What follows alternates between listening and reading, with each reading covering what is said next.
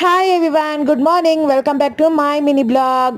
So ఇదైతే నిన్న afternoon లంచ్కి మా ఇంట్లో ఏం చేసినాను అనేది అయితే చూపిస్తున్నాను. ముందుగా అయితే రైస్ కామన్, అలాగే ఎప్పుడూ చేయకుండా స్పెషల్గా ఈసారి స్పెషల్గా చేసినాను. పాలకూర ఉలగడ్డ వేసేసి టమాటో పులుసు అయితే చేసినాను. ఇది ఫస్ట్ టైమే చేసింది, ఎప్పుడు ప్లెయిన్గా చేసేది. చాలా బాగా వచ్చింది. అలాగే రా బనానా ఉనింది, బజ్జీ చేయాలని తెచ్చినాను. ఎప్పుడు బజ్జీ ఆయిల్ ఐటమ్ ఎందుకు, ఫ్రై చేస్తామని చేసినాను. ఒకసారి చేసినాను ఇది ఆల్రెడీ, ఉడకబెట్టి చేసేసరికి పిసురుగా చాలా బాగలేదు.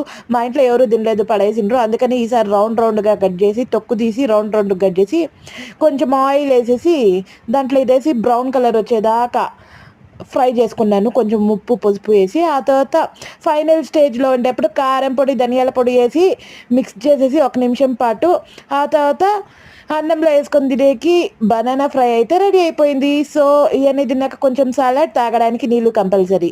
సో ఈ వీడియో నచ్చితే సబ్స్క్రైబ్ చేసుకోండి, లైక్ చేయండి. Thank you.